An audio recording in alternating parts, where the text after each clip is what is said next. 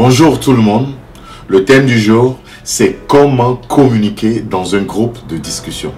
Avec l'avènement de l'internet, des TIC, puis des réseaux sociaux, plusieurs groupes de discussion intéressants se sont constitués. Cependant, la mauvaise qualité des interventions ne crée aucune valeur ajoutée par rapport aux thématiques abordées. On ne débat pas pour débattre, on débat pour apporter une contribution, une nouvelle idée, pour partager une connaissance, pour enrichir la pensée, pour apporter une solution ou une nouvelle façon de faire en vue de mener un débat ou une discussion fructueuse. Pour cela, il faut, dans un premier temps, établir le champ de discussion, énoncer la thématique, le sujet de discussion, énoncer la problématique et la discussion, énoncer l'intérêt de la discussion, énoncer la cible visée par le groupe de discussion. En dernier, énoncer les leçons apprises, à savoir les recommandations, les solutions, les conclusions et les suggestions. Ce qui est important de savoir, c'est de développer quelques réflexes positifs. Éviter d'avancer des idées sans preuve. Éviter de confirmer, d'infirmer ou d'illustrer un fait, une situation sans faire des vérifications à travers des sources fiables ou sans preuves subséquentes dans diverses sources d'informations, y compris celles qui vous déplaisent. Évitez d'influencer le débat ou la discussion par un système de réflexion de la pensée unique. Évitez de dire des contre-vérités au profit de votre point de vue ou pour susciter l'adhésion du groupe.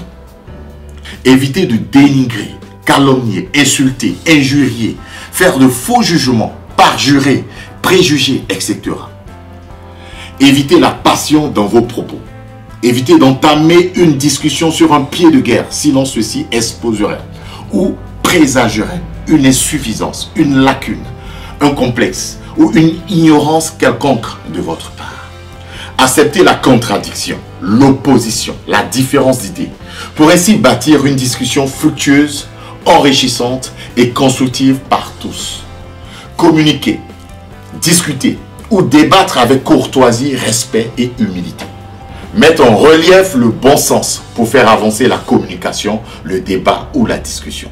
Développer des habiletés de communication, écrites ou verbales, pour mieux exprimer votre message, vos idées.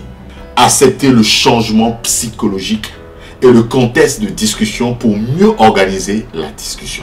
Évitez de penser détenir la vérité absolue. Relativisez vos objections, oppositions, prises de position dans le sens d'une discussion constructive. Acceptez les critiques positives des autres. L'idéal, c'est de trouver une issue favorable pour tout le monde. Partage de connaissances, résoudre la problématique, contribuer à la réflexion de l'élaboration des solutions dans un objectif de faire avancer les choses. Évitez surtout les réflexions partisanes. Un leader doit faire preuve de dépassement de soi pour faire avancer les choses dans sa communauté. Nos différences culturelles, idéologiques, politiques, intellectuelles, religieuses, ethniques devraient enrichir le débat. Envisager plusieurs analyses, élargir nos horizons que de rester dans une pseudo-inertie de notre pensée.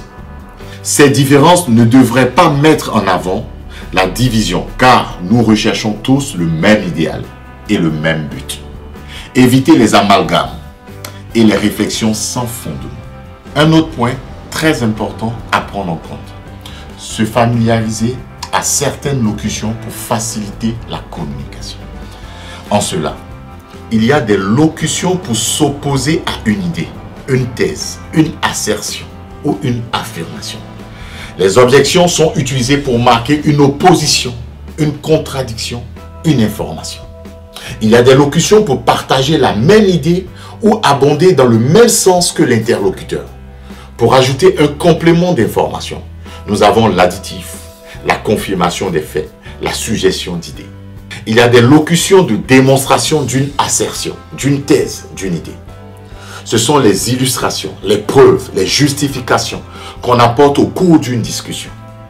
Il y a des locutions pour annoncer une hypothèse.